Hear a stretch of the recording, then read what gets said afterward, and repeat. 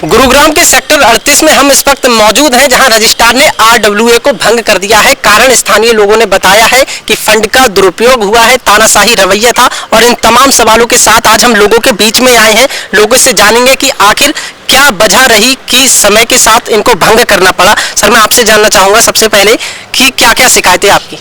Sir, सबसे पहली शिकायत तो ये है कि हमारे आरडब्ल्यूए का जो बायलॉज के अकॉर्डिंग 2 साल का टेन्योर है।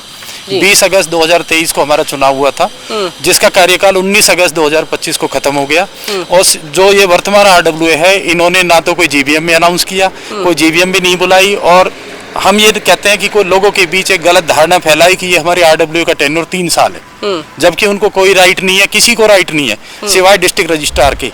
और डिस्ट्रिक्ट रजिस्ट्रार के यहाँ भी जो अपने बायलॉज में हमें अमेंडमेंट करके और वो नेक्स्ट टेन्योर के लिए कर सकते हैं। मान लीजिए आज की डेट में हम करते हैं तो इस टेन्योर में नहीं, उससे अगले टेन्योर के लिए 3 साल हो सकता है। आपका कहना था कि 2 साल के लिए इनका टेन्योर था, उसके बाद खुद ब खुद अपनी मर्जी से इन्होंने अपना टेन्योर बढ़ाया। अपनी मर्जी से, मतलब इलीगली लोगों को बोल दिया कि हमारा टेन्योर 3 साल है, 3 साल है। सारे सेक्टर में यही बातें फैलाई, जबकि इनका टेन्योर 19 अगस्त 2025 को खत्म हो गया। तो हमने ये अप्रोच किया, डिस्ट्रिक्ट रजिस्ट्रार को लिखा कि क्या वाकई में इनका टेन्योर 3 साल हो गया, तो उन्होंने डिनाई कर दिया। और आज की डेट में इन्होंने डिस्ट्रिक्ट रजिस्ट्रार ऑफिस से हमारे यहाँ एडमिनिस्ट्रेटर अपॉइंट हो गया है। उन्हीं की देखरेख में फेयर और डेमोक्रेटिक चुनाव होंगे और सारे सेक्टर वासियों का हमें इसमें सहयोग चाहिए। तो सर, आगे की राह क्या होगी? आप लोगों को आगे क्या इच्छा है कि चुनाव हो या फिर इन लोगों पर कार्रवाई? चुनाव होगा जी, चुनाव ही होता है। किसी भी तरह की कोई कार्रवाई, क्योंकि फंड का आरोप लगा है।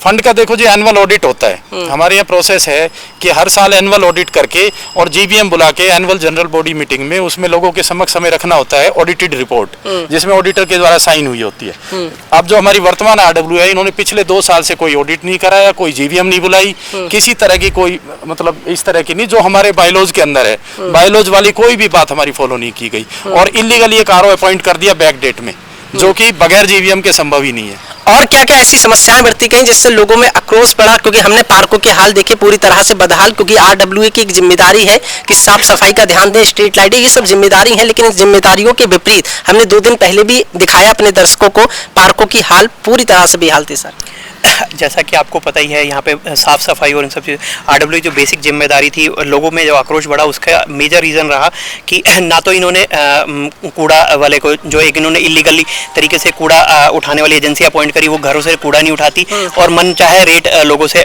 वसूल करती है। सिर्फ आरडब्ल्यूए के जो पदाधिकारी हैं उनके घरों से रोज कूड़ा उठता था। दूसरा, पार्कों का जो फंड आता है एमसीजी से, वो उसका पूरा टोटली मिसयूज किया गया। ऑन पेपर्स मालियों की सैलरी चल रही है, बट एक्चुअल में कोई भी माली इस सेक्टर से सारे के सारे माली नदारद हैं। एक भी पार्क में कभी भी कोई भी माली काम करता हुआ नहीं दिखता है और हर महीने मालियों की सैलरी कहाँ जा रही है, किसके अकाउंट में जा रही है, कुछ नहीं पता। जब उनसे पूछा गया कि ये इन सब पार्कों का काम कब होगा, कैसे होगा, तो जो भी बंदा उनसे सवाल करे उस बंदे को डराएं, धमकाएं, उसके खिलाफ एफआईआर करने की धमकी दें, इस तरीके की तानाशाही चला रखी थी। इसलिए लोगों में इतना आक्रोश बढ़ा हुआ है। अब आगे की क्या इच्छा है आपकी? सिर्फ चुनाव कराना चाहते हैं? सिर्फ चुनाव भी कराना चाहते हैं और उसके साथ साथ ये भी चाहते हैं कि जो भी पिछले 2 साल में जितनी भी मिसयूज हुए हैं आरडब्ल्यूए फंड्स के, उसके जो एडमिनिस्ट्रेटर अपॉइंट हुए हैं, हम उनसे रिक्वेस्ट करेंगे कि उनके वो पूरा के पूरे उसकी जांच करी जाए और जांच करके अगर कोई उसके अंदर गलत गतिविधियां पाई जाती है तो उसके जो भी कानून के तहत जो भी उसकी कार्रवाई है, उस कार्रवाई को किया जाए। जैसा कि आपने बताया कि 60 रुपए से बढ़ाकर 90 रुपए भी कर दिया गया। तकरीबन प्रधान जी से मैं जानूंगा कितने घर हैं अपने यहाँ?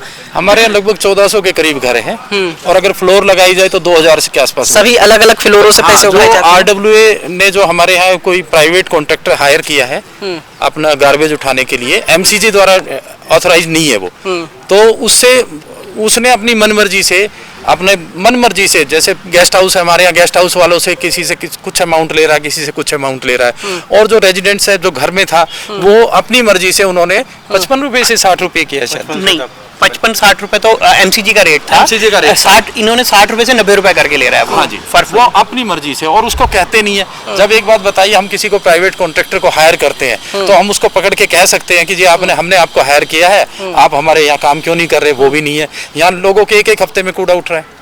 सर, मैं आपसे भी जानूंगा, रजिस्ट्रार ने जो फैसला लिया है वो एकदम सही है या सख्त फैसला है? नहीं, सही है बिल्कुल। आगे आप इस पर क्या कहना चाहेंगे? आपकी प्रतिक्रिया? आगे चुनाव होना चाहिए, इसमें जो भी है केवल चुनाव होना चाहिए। सर, आपकी क्या सोच है इस पर?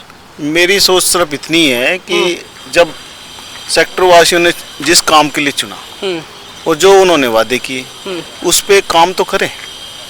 अब आप एक कूड़े वाले को नियुक्त कर देते हो, अपनी घरों से कूड़े उठवा लेते हो, सेक्टर के और लोग बोलते हैं तो उनको ग्रुप से बाहर निकाल दो, समस्याएं बोलते हैं तो। ऐसे लोग भी यहाँ हैं कि जिनको ग्रुप से निकाला गया था?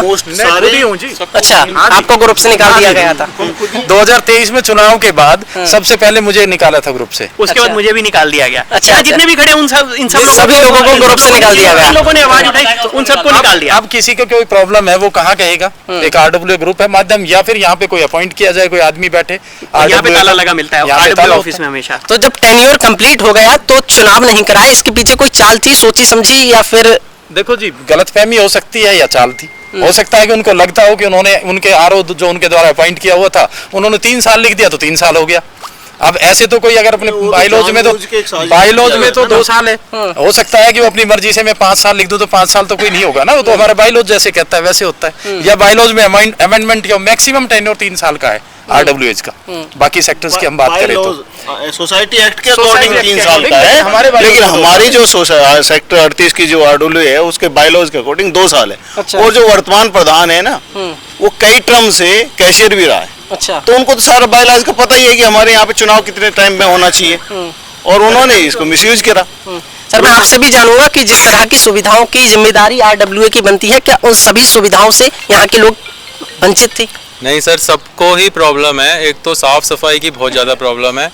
बिल्कुल किसी भी रोड पे, किसी भी गली में कूड़ा आपको हर जगह मिल जाएगा। ये हम अभी कम्युनिटी सेंटर में खड़े हैं, अगर आप अंदर जाके देखोगे कम्युनिटी सेंटर बिल्कुल ऐसा लगता है कि जैसे किसी गांव का। चाहेंगे आप लोग अंदर चलना एक बार? बिल्कुल अंदर मैं अपने कैमरामैन से आग्रह करूंगा कि एक बार चलिए। जगह जगह बोतलें पड़ी हैं, कोई सो रहा है, हमें पता नहीं कौन है ये। अच्छा, ये लोग जो यहाँ पर सो रहे हैं, लोगों का सामान है, आप इन लोगों को नहीं जानते? नहीं जानते, हम नहीं जानते कौन है।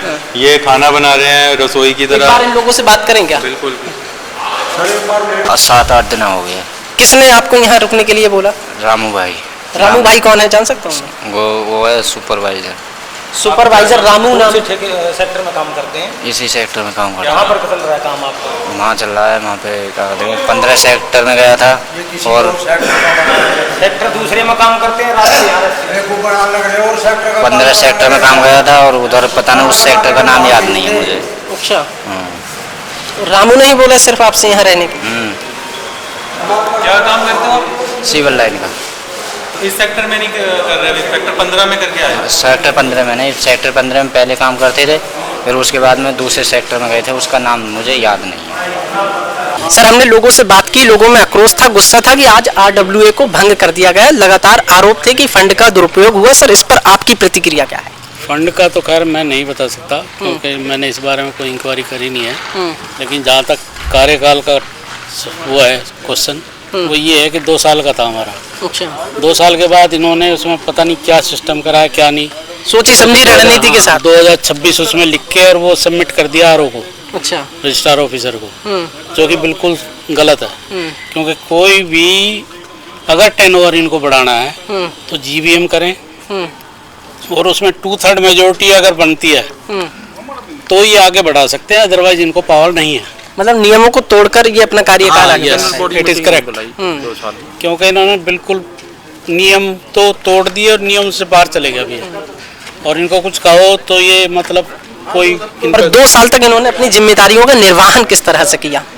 जिम्मेदारी तो जैसी करते आ रहे हो, सारी पब्लिक जानती है इस बारे में, मैं इसके लिए स्पेसिफिक कुछ नहीं कहना चाहता। सर मैं आपसे जानना चाहूंगा कि जिस तरह की जो जिम्मेदारी RWA की बनती है, क्या वो उस पर बखूबी उतरे? सर मैं बताना चाहूँगा कि सबसे पहले तो इस कार्यकाल में कोई काम नहीं हो पाया। अच्छा, जिन लोगों ने काम करने के लिए उनसे रिक्वेस्ट की, उनको ग्रुप से निकाला गया। दूसरा बात आती है कि कार्यकाल 2 साल का या 3 साल का है। जो Haryana registration and regulation act of 2012 है सोसाइटीज का, उसके हिसाब से जो टेन्योर है वो 3 साल होना चाहिए अधिकतम। परंतु अगर आपके बाइलॉज में, सोसाइटी के बाइलॉज में लिखा गया है कि वो 2 साल का या 3 साल का है, तो वो 2 का होगा। और अगर कुछ नहीं लिखा गया तो it could be maximum of 3 years. तो इस बात की तो कोई बात ही नहीं है कि उनको पता नहीं होगा।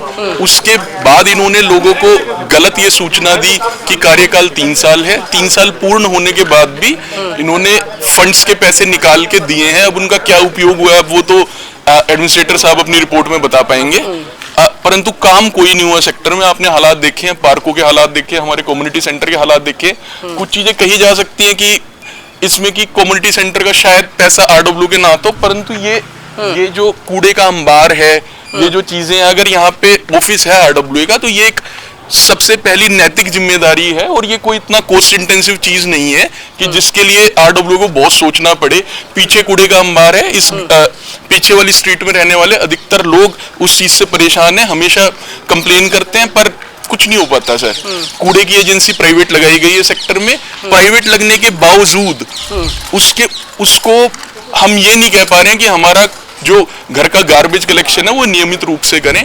तो मतलब कार्यकाल में समझ नहीं आ रहा सर क्या हो रहा है, और उसके बाद इसको बढ़ा देना बिल्कुल गलत है।